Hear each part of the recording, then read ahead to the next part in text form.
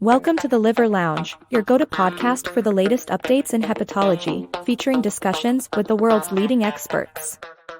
Hi everyone, thanks for listening in to this podcast by the Liver Foundation. I have with me today Dr. Luke Tyson. Dr. Luke Tyson is honorary clinical research fellow at the Imperial College London in the United Kingdom. He's just recently completed his hepatology training. And he and his team have published a paper in APT recently.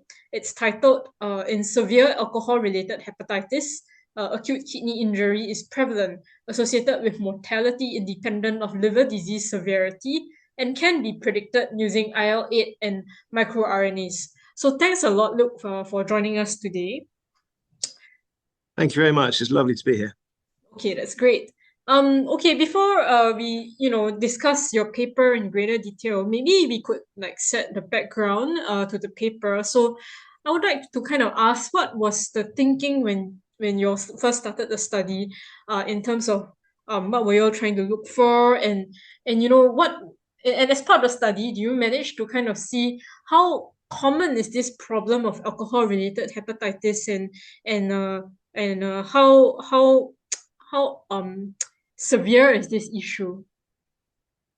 Well, I mean, as we all know, alcohol-related hepatitis or alcohol-associated hepatitis is the most severe of the alcohol-related liver diseases. Its mortality is around 30% at 3 months, and in some cohorts is up to about 50% at a year. Even in people judged to have so-called non-severe alcohol-related hepatitis, their mortality is around 6% at 3 months. So that's equivalent to an MI. And you would never see a cardiologist say a non-severe MI, would you? So it's alcohol-related hepatitis is a real problem. We don't have great data on its prevalence on a global scale, or even in some sense in a country scale. But anecdotally, particularly post-COVID-19 pandemic, we are all seeing more patients come through the door with alcohol-related, alcohol-associated hepatitis. I don't think anyone working in hepatology would challenge that. And these patients seem to be getting younger. The number of these patients in their 30s is increasing, and the number of these patients who are female is increasing, whereas historically it's been a condition that's about 70% male to female.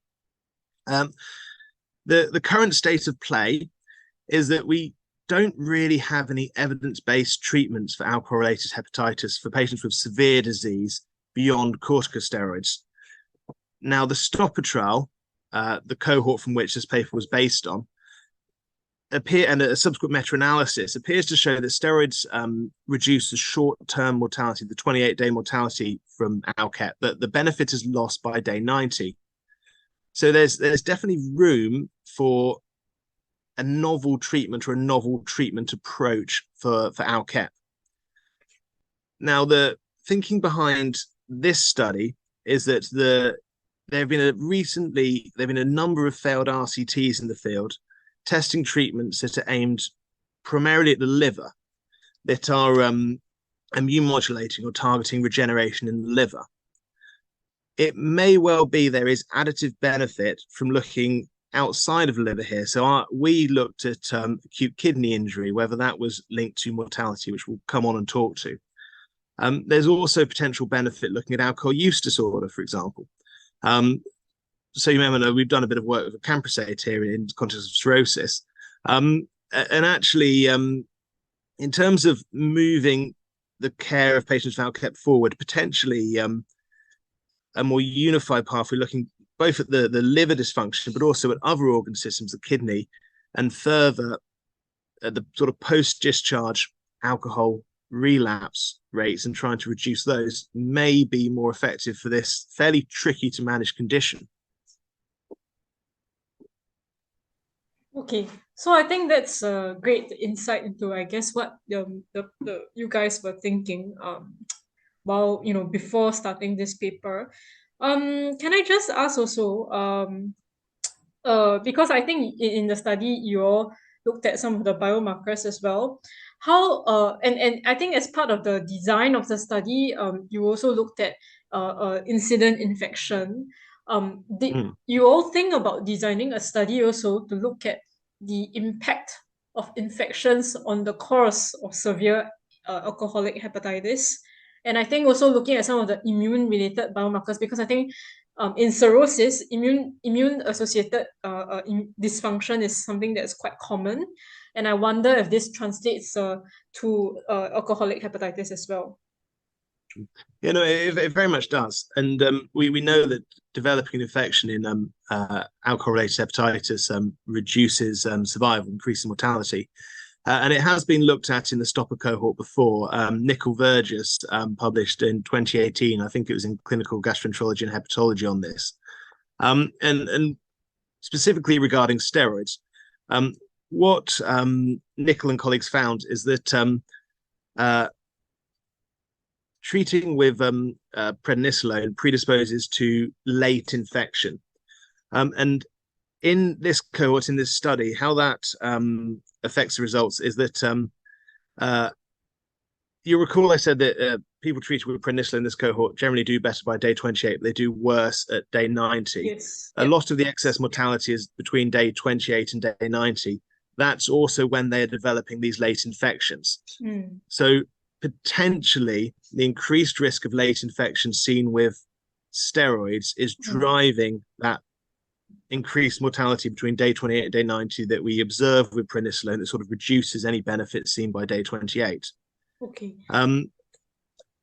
Yeah. Okay, I mean we can get back to this point later. I had a few questions on that, but maybe we can kind of like discuss the design of your study now. I mean you mentioned that this is based on data from the stopper trial, which is it's a trial that was conducted almost a decade ago. I mean, and that's one of the best evidence that we have now, alcoholic hepatitis, which shows how much the field has to go. So this is a great trial, and I think when you guys look at the data, you focus mainly on AKI. Maybe you can bring us through like the study design, like in particular, what was the definition of AKI that you use? What are some of the clinical variables that you examine, and also how do you pick the serum biomarkers of interest when you were looking at how much they predicted for mortality? Well, I mean that's a great question. We are in a not a unique situation in that we had a large retrospective. Well, it was prospectively collected, but we're now looking at it retrospectively. Database of patients with ALCAP. Common to many RCTs, there was perhaps less information collected about renal function than we would like, and I guess we'll come on to that at the end. What we'd recommend for future work. We did not have a historic baseline available for creatinine, and we only had creatinine available at certain predefined study time points. So at enrollment, which we call day 0, then at day 7, day 14, day 21, day 28, and then moving out to day 90, and so on and so forth. So we couldn't strictly apply the ICA club definition to these patients, which is based on a rise in serum creatinine of 25% over sort of 48 hours. So what we did is we did a number of sensitivity analyses to try and establish what the best definition of AKI was in this cohort. The KIDAGO group, which is a big group looking at AKI in the wider sense, suggests using a back-calculated MDRD equation to try and determine a theoretical baseline creatinine. But our sensitivity analyses, and indeed previous papers looking at this, demonstrated that overestimated baseline creatinine. And that's due to a number of different factors unique to our patients, where they have relatively little muscle mass for body weight. They have, particularly those with ascites, they have potentially reduced EGFR, and a lot of them are on diuretics as well. So our sensitivity analyses suggested that the best measure to use was the sort of lowest creatinine recorded during the year-long follow-up for the stopper trial. So taking that as our baseline, we then applied the ICA definition of AKI to that, with a couple of notable additional criteria. So anyone on renal replacement therapy obviously got coded as an AKI. And some patients did not record a normal creatinine before they died. So we took a one-off creatinine of 133 as an AKI. So by no means was this a perfect definition, but it was as good a definition as we could got, and we did extensive work trying to check our assumptions further. With our main mortality analyses, we used a number of different definitions and further sensitivity analyses just to check that our associations were robust. So, for example, in one analysis, we coded only creatinine above 133 as AKI, and then we did various other sensitivity analyses, and our relationships were maintained basically. Thanks a lot for the explanation. I think that was something that was going through my mind as I read the paper, whether the definition of AKI would have affected the results. And I think the other thing is, I think it was also mentioned in the discussion, because of the nature of the follow-up, I think because there was the values were only available at day 0 and day 7 and so on. So it might have missed the development of AKI, or some patients who kind of died before day 7, or if they didn't have day 7 creatinine available, then that might have biased the analysis. So yeah. Okay. No, so that's entirely correct. But can I just respond to that point? We Yeah. We purposefully coded those patients as non-AKI because we wanted to minimize the chance of a type 1 error. So wherever there was a situation like that, we took the assumption that would reduce the strength of our association. We took the more conservative approach. So you're quite correct in that there could very much have been patients who developed an AKI between day 0 and day 7 that didn't catch her, but in our analysis they end up in the no AKI column. So that will weaken the association of day 0 and day 7 AKI. Yeah. So we felt this was within the data we had, we felt this was the best way of looking at it, because by taking the most conservative approach, we minimize the big risk of retrospective analysis, which is a type 1 error. So that's effectively what we did. And there were several other situations where we took a similar approach. The other question that I kind of had, maybe the initial question is a bit long, but the other question I kind of had was the serum biomarkers that you looked at, because I think there are some biomarkers that have been associated with AKI in cirrhosis, like NGAL. Can I ask, how did you decide, or how did you all decide which biomarkers to look at, and how did you collect these biomarkers? Were they collected from the urine, serum, or what? So there have been a couple of recent reviews published of AKI in cirrhosis. So we went through those reviews and we included, I think, almost all the biomarkers that were mentioned. We wanted to be quite comprehensive in our approach. There are a couple of additional biomarkers that were mentioned in, or well, not strictly biomarkers, but there was a couple of additional proteins that were mentioned in mechanistic studies, TGF beta 1 and beta 2. So we included those as well.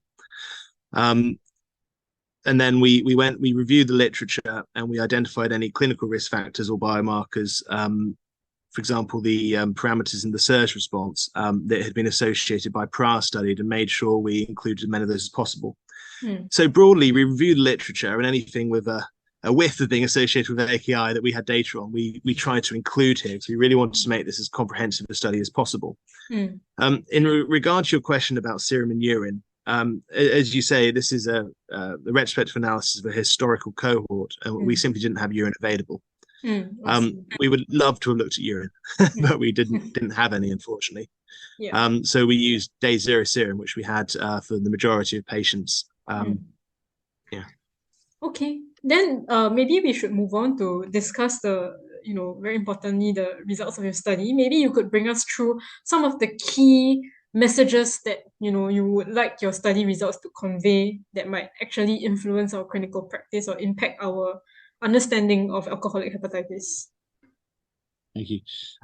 So the key thing for us, both day 0 AKI at enrollment and day 7, which we're calling instant AKI, were associated with day 90 mortality. the key result for us is that incident AKI, that day 7 AKI, was associated with mortality independent of underlying liver disease severity. The reason that we say that's the key result is that floats the prospect of prevention of acute kidney injury as a alternative additional treatment target in ALCAP. As I've mentioned, the majority of clinical trials have targeted the liver dysfunction itself. It would be quite attractive to have a different target to try and identify patients at risk of developing and then to try and treat to prevent, with the potential to reduce mortality. Now, if we look at our second comparison in the paper, which is you take everyone without an incident AKI at day 0, and then you divide them into incident AKI at day 7 and people without an incident AKI at day 0 and day 7, you can see the mortality in those in incident AKI is 47%, and it's only 25% in those who don't develop the AKI. So that's quite a large percentage increase in mortality. So there's room to work with here. And if we can reduce the incident AKI, one hopes one could reduce that higher mortality down towards the lower mortality. On that note, it's really interesting that prednisolone seemed to reduce the incidence of AKI at day 7. Really interesting, just from a basic science perspective. It's quite exciting to see that. We don't know why that's happened. The effect of steroids and AKI is not unique to ALCAP. You see it, interestingly, you see it after cardiac surgery. And of course, we all know that steroid treatment can reduce AKI after COVID-19. Why does it happen? Well, we don't know. Maybe it's sort of steroids are reducing premature senescence in the kidney. Maybe they're targeting the relative adrenal insufficiency that we see in cirrhosis, which in itself has been associated with AKI. Or maybe they even reduce portal hypertension by reducing systemic inflammation. And that will be really exciting to look at in future mechanistic work. And it's a shame we haven't got the serum available for longitudinal analysis in this cohort. We do in other cohorts. But that's broadly the main sort of two messages of this paper. Regarding how the main output of this trial is it will reduce future clinical, it will impact on future clinical trials more than future practice at this moment in time. So I think our data shows the need for future prospective trials, be they cohort studies or be they RCTs, to collect better information about kidney dysfunction. At a minimum, we should probably be collecting a historic baseline creatinine. We should probably be collecting a creatinine every sort of 48 to 72 hours for at least the first week to try and get a more dynamic assessment of AKI. It would be good to collect information on the phenotype of AKI, even if that is simply hepatorenal syndrome or not. Beyond that, on a large multi-center clinical trial, it's going to be very challenging to sort of differentiate out the different subtypes of AKI. But at the very least, you could hopefully pick out acute hepatorenal syndrome for those who are not. And lastly, there's a real need for biomarker work here, and that will include urine. So I think the way this will impact is that future clinical trials will be looking to profile AKI in more detail than they are currently. And there is a really nice example of that in the ALCEPNet trial of anakinra and zinc against prednisolone. Now, that's not been published yet, but they presented a poster at AASLD a couple of years ago showing that anakinra and zinc appear to have a higher incidence of AKI and a higher mortality compared to their prednisolone controls. So they haven't published this yet, so we don't know how they're going to unpick that, whether that's the anakinra causing an increased risk of AKI, whether that's a prednisolone reducing the risk of AKI, whether that's a combination of both. And again, I'll be really interested to see how they unpick that association with mortality. But that's just a real sort of live example of why acute kidney injury is important in ALCEP, and particularly in the clinical trial sphere, why we need to be really, really careful about whether we get enough data to accurately code AKI and its implications. I think AKI management of AKI in cirrhosis, I think even that there's not not much great disease modifying treatment at the moment. So a lot of it, as you mentioned, is likely still in the clinical trial space.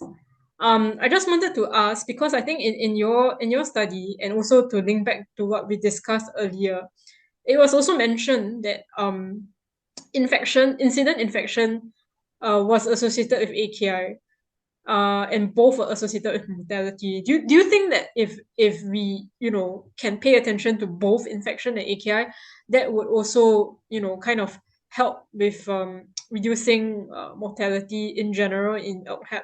And I guess the second thing I just want to kind of ask is because you also mentioned that AKI in the study it was found that AKI was associated with LHAP independent of liver disease severity, and I guess what are some of the mechanisms that you think could have been the reason why this would be the case?